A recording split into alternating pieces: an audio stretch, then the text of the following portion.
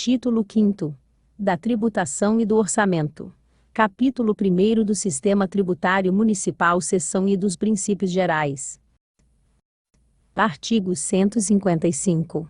Os tributos municipais são os impostos, as taxas e a contribuição de melhoria, instituídos por lei local, atendidos os princípios da Constituição Federal, e as normas gerais de direito tributário estabelecidas em lei complementar federal, sem prejuízo de outras garantias, que a legislação tributária municipal assegure ao contribuinte.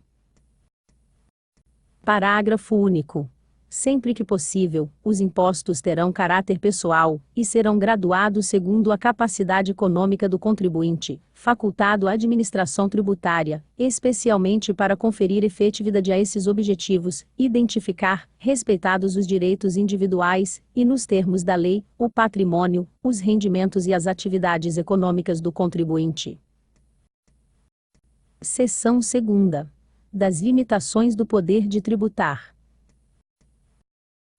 Artigo 156. Sem prejuízo de outras garantias asseguradas ao contribuinte, é vedado ao município: Inciso 1º. Exigir ou aumentar tributo sem lei que o estabeleça. Inciso 2º.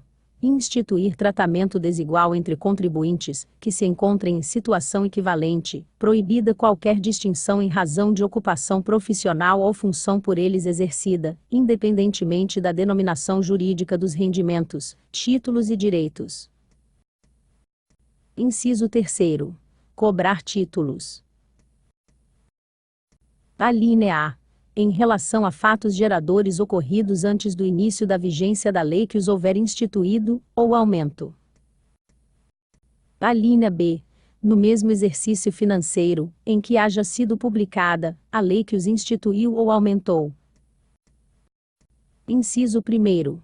Utilizar tributo com efeito de confisco. Inciso 2º. Estabelecer limitações ao tráfego de pessoas ou bens por meio de tributos, ressalvada a cobrança de pedágios pela utilização de vias conservadas pelo poder público. Inciso 3º. Instituir impostos sobre: Alínea A. Patrimônio, renda ou serviços da União e do Estado. Alínea B. Templos de qualquer culto. Alínea C. Patrimônio, renda ou serviços dos partidos políticos, inclusive suas fundações, das entidades sindicais dos trabalhadores, das instituições de educação e de assistência social, sem fins lucrativos, atendidos os requisitos da lei. Alínea D. Livros, jornais, periódicos e o papel destinado à sua impressão. Inciso 1º. Cobrar taxas nos casos de: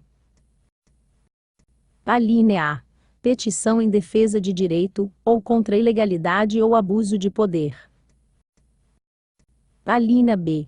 Obtenção de certidão especificamente para fins de defesa de direitos e esclarecimentos de situações de interesse pessoal. Parágrafo 1º.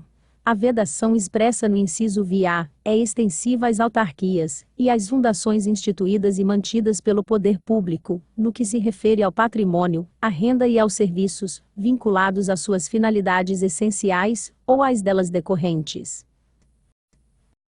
Parágrafo 2º.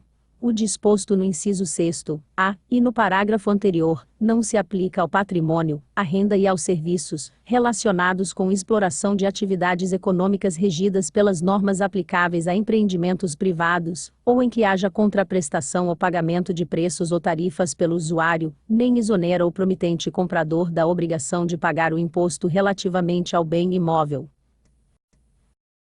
Parágrafo 3º.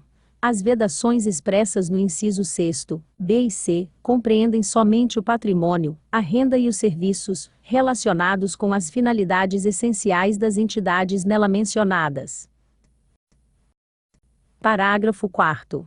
A concessão de isenção, anistia ou remissão de tributos municipais dependerá de autorização legislativa, aprovada por maioria de 2/3 dos membros da Câmara Municipal. Artigo 157.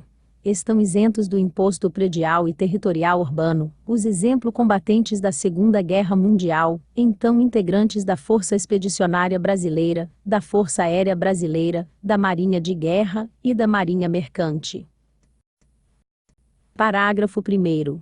São considerados exemplo-combatentes, para efeitos desta lei, os componentes das Forças Armadas, que estiveram prontos para embarque, ou que, dentro do país, prestaram serviços considerados de guerra, assim certificados pelo comando da unidade militar a que pertenceram.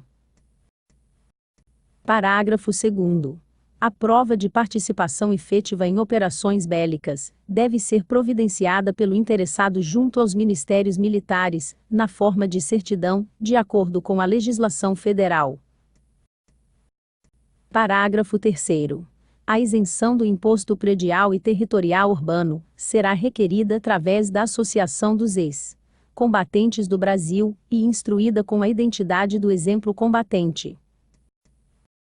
Parágrafo 4º. Gozarão desta vantagem os exemplo-combatentes, que possuírem apenas um imóvel.